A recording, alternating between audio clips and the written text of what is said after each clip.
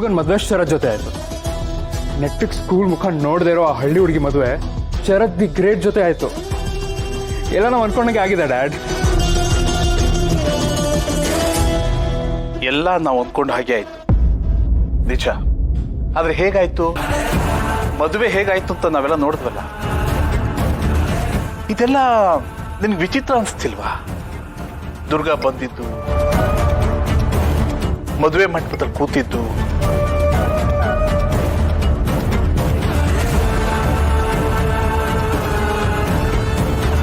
You right dad. ಇವತ್ತಾಗಿದ್ದು ಮಿರಕಲೆ. ಮಾಯಾ ಹಸೆ ಮನೆ ಮೇಲೆ ಕೂತ್ಕೊಂಡಿದ್ದು. ಕ್ಲೋಸ್ ಹಾಲಲ್ಲಿ ಸುಂಟ್ರ ಗಾಳಿ ಬೀಸುತ್ತೆ. ನಾವೆಲ್ಲ ಅಲ್ಲಾಡೋದಕ್ಕೂ ಆಗಲ್ಲ. ಆದ್ರೆ ದುರ್ಗಾ ಮಾತ್ರ ಕೂಲಾಗಿ ಬಂದ್ಬಿಟ್ಟು ಶರತ್ ಪಕ್ಕದಲ್ಲಿ ಕೂತ್ಕೊಂತಾಳೆ. ಇದೆಲ್ಲ ನೋಡ್ತಿದ್ರು ನಾವೇನು ಮಾಡೋಕ್ಕಾಗಲ್ಲ. ಶರತ್ ದುರ್ಗಾ ಕತ್ತಿಗೆ ತಾಳಿ ಕಟ್ಟಿದಾಗೆ ಎಲ್ಲ ಸ್ಟಾಪ್ ಆಗೋಗುತ್ತೆ.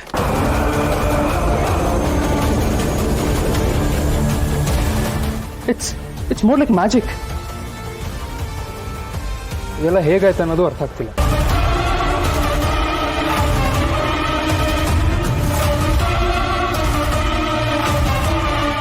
But how does it matter? ನಮ್ಗೆ ಬೇಕಾಗಿದ್ದಾಯ್ತು ಅಷ್ಟೇ ಮ್ಯಾಟರ್ ಆಗುತ್ತೆ. ಹೇಗಾಯ್ತು, ಯಾಕಾಯ್ತು,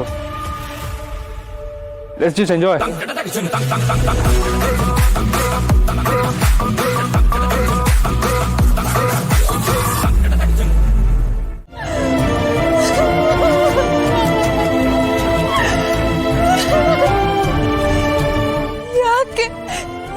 ಯಾಕೆ ಹೀಗೆಲ್ಲ ಆಯ್ತು?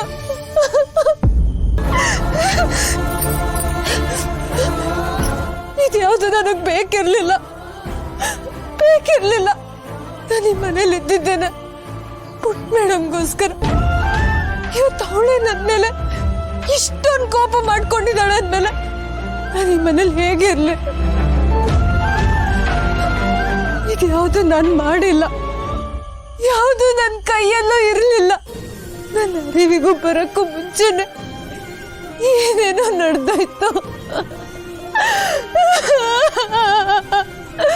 ಇದನ್ನೆಲ್ಲ ನಾನು ಎಲ್ರಿಗೂ ಹೇಗೆ ಅರ್ಥ ಮಾಡಿಸ್ಲಿ?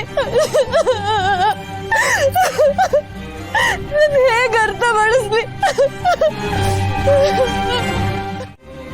ನಿನ್ನ ಹತ್ರ ಏನೋ ಹೇಳಬೇಕು. ತುಂಬ ಮುಖ್ಯವಾದ ವಿಷಯ ದುರ್ಗಾ.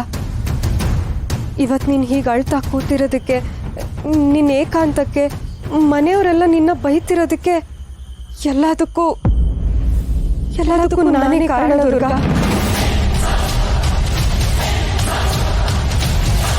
ನಿನಗೆ ನನ್ನ ಮಾತು ಮೇಲೆ ನಂಬಿಕೆ ಬರ್ತೇ ಇರ್ಬೋದು.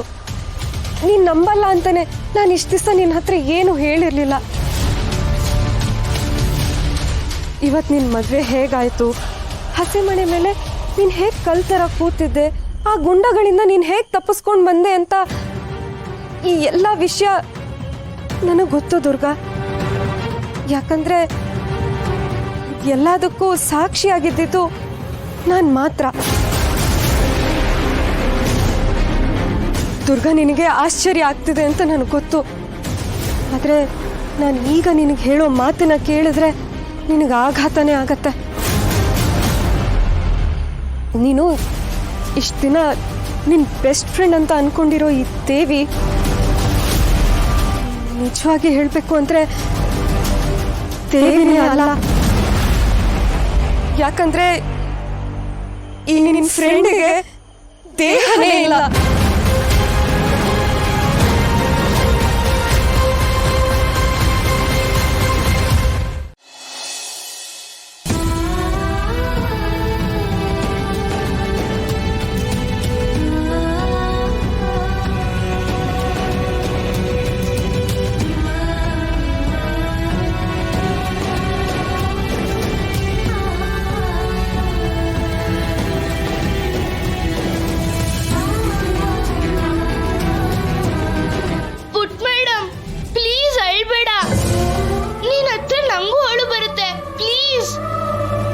ದುರ್ಗಾ ಮೇಲೆ ನಿನ್ ಕೋಪ ಬಂದಿರ್ಬೋದು, ಆದ್ರೆ ಅವಳೇನೋ ಹೇಳಕ್ ಬಂದಿದ್ಲು, ನೀನ್ ಕೇಳ್ಬೇಕಿತ್ತಲ್ವಾ? ಏನು ಬೇಡ, ಅವಳು ನಂಗೇನು ಹೇಳೋದ್ ಬೇಡ. ನಾನು ಅವಳು ಏನ್ ಹೇಳೋದ್ನು ಕೇಳಿಸ್ಕೊಳ್ಳಲ್ಲ. ನಿಂಗ್ ನಿಜವಾಗ್ಲೂ ದುರ್ಗನ್ ಕಂಡ್ರೆ ಇಷ್ಟ ಇಲ್ವಾ? ಇಲ್ಲ ಇಲ್ಲ ಇಲ್ಲ, ನಂಗೆ ಅವಳು ಇಷ್ಟ ಇಲ್ಲ. ಐ ಹೇಟ್ ಹರ್. ನಂಗೆ ಅವಳು ಇಷ್ಟ ಇಲ್ಲ. ಅವಳು ನನ್ನ ಹತ್ರ ಸುಳ್ಳು ಹೇಳಿದ್ದಾಳೆ. ಸುಳ್ಳ? ಏನ್ ಸುಳ್ಳು ಹೇಳಿದಾಳೆ? ಅವಳು ನನ್ನ ಫ್ರೆಂಡ್ ಆಗಕ್ ಬಂದಿದ್ಲು, ನನ್ನ ಜೊತೆ ಇರಕ್ ಬಂದಿದ್ಲು.